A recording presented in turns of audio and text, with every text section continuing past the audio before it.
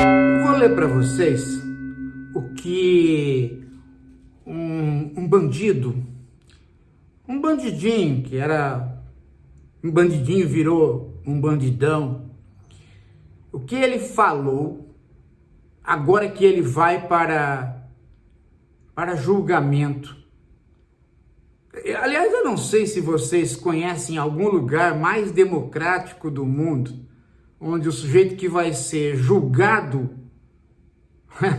o sujeito vai ser julgado por crimes políticos, deveria ser julgado por crimes comuns, ele matou 700 mil pessoas na Covid, mas ele vai ser julgado por um crime político, atentado contra a República e contra a democracia, e ele tem o direito de um dia antes vir para a imprensa e continuar falando as mesmas abobrinhas de sempre. Então, há lugar mais democrático que este? Veja só a fala deste bandido, Jair Messias Bolsonaro. Escuta, eu vou ler para vocês. Olha aqui, ó.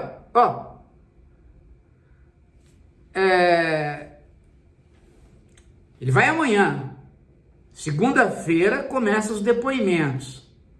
E ele está fazendo propaganda dele. Na boa. Assistam. Venham assistir a inquisição contra mim. É interessante porque ele está fazendo propaganda da fala dele, que provavelmente vai ser uma fala política para arregimentar o gado, né? E estamos numa ditadura, segundo ele, segundo os bolsonaristas. Vocês já viram alguma ditadura onde o condenado chama a imprensa todo dia para falar e 24 horas antes dele ir para o tribunal, ele chama a imprensa para falar? Vocês já viram se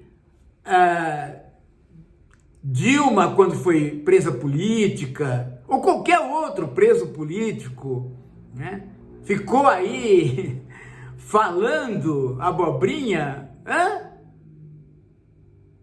na ditadura? Na verdadeira ditadura? Então, olha só, tá aqui, ó. O que aconteceu em 2022, com toda certeza, será falado por mim. Quando, ao vivo, eu estiver no Supremo, com 5 ministros na minha frente me cobrando, vale a pena assistir. Ele fazendo propaganda dele ser julgado. Eles não vão estar cobrando, eles não estão cobrando nada, eles vão estar julgando. Não vou para lá para lacrar. Ué, lacrar o quê? Não vou para lá para querer crescer, desafiar quem quer que seja. Não, ele é bonzinho demais, o covardão. Estarei lá com a verdade do nosso lado. Toda vez que ele fala alguma coisa, é a verdade. Ele é dono da verdade. Creio que, se Deus quiser assim, nunca para de chamar Deus, né? Mostraremos para vocês o que é o Brasil e para onde poderemos ir com o povo ao nosso lado.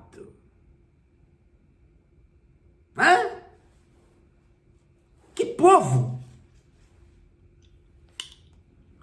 80% da população ou mais,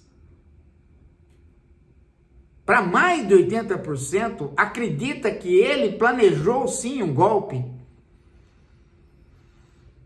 Nós fomos os únicos aqui que dissemos que ele não planejou.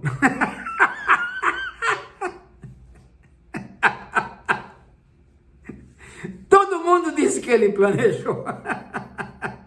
Nós fomos os únicos que disseram, ele não planejou. Agora, para ele se defender, ele tem que dizer a seguinte coisa: o canal da Esquerda Reflexiva disse, nós não planejamos. né? Ele tem que falar isso. Ouçam o professor Paulo Giraldelli, ele estava certo, nós não planejamos. Nós fomos tão burros que fizemos uma minuta para entrar em estado de sítio e perguntamos para os generais se eles queriam. Me deixem livre, por favor, por quê? Porque eu não sei planejar golpe, eu queria, mas eu sou muito burro. Por favor, escute o professor Paulo, ele dizia que eu não ia conseguir, ele dizia que eu era burro, ele dizia que eu não tinha base para fazer isso. Maldita a hora que nós fizemos essa minuta, porque chamei os 3 generais. Calma, parem, não chame o professor Paulo, porque ele sabe a resposta. A resposta é: a piricrente pressionou o corno.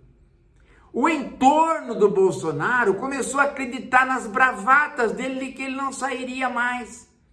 E aí, para responder aquele povo, ele chamou aquela reunião onde ele tinha uma minuta que dizia para os generais que o interessante era não dar posse para o Lula, era criar um estado de sítio, porque o país estava descontente com as urnas. E a prova seria as pessoas na rua. Aí os generais olharam para ele e falaram: bicho, você tá delirando. Aí sabe o que ele fez? É verdade, eu tô delirando, deixa pra lá. Isso aqui é só para responder para piricrente, né? E pro entorno. Então, acabou, esqueçam isso, vamos embora. E foi embora, foi isso que ele fez. Só que isso caracteriza como intenção de golpe, e várias outras pessoas desarticuladamente tentaram continuar isto. De modo que quando você soma os fatos, é uma comédia de erros, porém criminosa. Só isso. Então vai ser julgado por uma coisa que ele não conseguiu fazer. Ele vai ficar como o golpista burro. O golpista burro. Ele vai ser condenado por golpe e burrice. Mas ele vai ser condenado também por ser um covardão, dado que agora ele vai lá para negar. Ele devia chegar agora lá e falar assim: olha, eu estou condenado e eu vou dizer, eu quis dar golpe, eu preparei aquela minuta, os generais não me acompanharam, eu fiquei sozinho. Ele seria mais homem se ele falasse isso. Uma pergunta que sempre faziam pro comandante Luiz Carlos Prestes na coluna Prestes. Mas o senhor fez a coluna Prestes e depois a coluna não fez a revolução que o senhor queria. Por que aconteceu isso? Aí ele falou: simples. Os meus companheiros, os generais, não quiseram ir adiante. Fiquei só eu. Pronto. Ele passou como um cara que não conseguiu organizar para além da coluna. Mas não passou como um covarde. Agora o Bolsonaro vai passar como um desorganizado, burro e covarde. E só vai ficar junto com ele as pessoas ressentidas, que são desorganizadas, burras e covardes. E se você olhar a vida de cada bolsonarista raiz, você vai ver que na vida particular delas, elas são exatamente isso. Burras, desorganizadas, covardes, cornas e sempre lambendo bunda ou do mais poderoso ou do mais rico, mesmo quando elas poderiam não lamber. Eu já vi bolsonarista com diploma de boa faculdade, inteligente, mas ressentido porque inventou de ser lacaio e lamber bota de outro, que ele dá poder para o outro, lambe a bota porque, sabe-se lá, talvez uma falta de afirmação da própria masculinidade, por um complexo de Édipo mal resolvido, sabe-se lá o quê, mas eles são isso, e o Bolsonaro é isso. Ele foi homem uma única vez, só uma única vez, que foi quando o Carlos inventou o mito. Portanto, ele foi homem uma única vez por conta da invenção de um filho que é louco. E ele não conseguiu nem mesmo acompanhar este personagem que o Carlos inventou. Quer dizer, você já imaginou a degradação desta figura? Eu fico pasmo porque as pessoas que se identificam com ele e o defendem são iguais e elas não percebem que a identificação delas com ele faz com que a gente fique olhando para elas e fala, cara, você é um tonto. E vai ter gente amanhã dizendo que estamos vivendo numa ditadura, embora ele tenha liberdade total para 24 horas antes tentar desqualificar de novo o STF, porque ele falou que vai ser uma inquisição, não vai ser um julgamento. Agora, o engraçado dessa situação toda é que depois ele vai ficar cara a cara com o Cid, que dedou ele e que ele abandonou. Sem contar que a preparação do tribunal vai ser ótima. Vão colocá-los todos enfileirados e o tribunal aqui, ó, julgando, e eles todos embaixo juntos, assim, que nem o tribunal de Nuremberg. Aliás, um bom nome para isso. Pena que não vai terminar como o tribunal de Nuremberg, né? Que o tribunal de Nuremberg não só prendeu, ela determinou as penas de enforcamento, e a gente só via eles pendurados, assim, tum, tum, tum, fora os que tentaram se matar antes. Já pensou? Que delícia ver o Bolsonaro balançando numa corda depois de ele ter matado 700 mil brasileiros. Vocês sabem por que eu estou dizendo isso? Porque eu sou do partido do amor venceu. Você imagina se eu não fosse? Não, porque eu com o Bolsonaro, bicho, eu não tenho mas nenhuma aptidão de perdão. Nada. Depois daquele episódio, as pessoas morrendo, ele não dava vacina, ele lutando contra todas as proteções, destruindo o Ministério da Saúde, e no meio disso ele aparece na televisão para imitar a pessoa morrendo sufocada. Você acha que eu aqui, né, vou ser cristão o suficiente para perdoar esse bandido? Não. Eu fico triste de saber que o STF não pode ali mesmo, né, tirar a calça dele e chicoteá-lo na bunda mais de 20 vezes. Eu só não acho que isso seria realmente uma boa medida, porque na primeira chicotada ele já iria pedir mais chicotadas.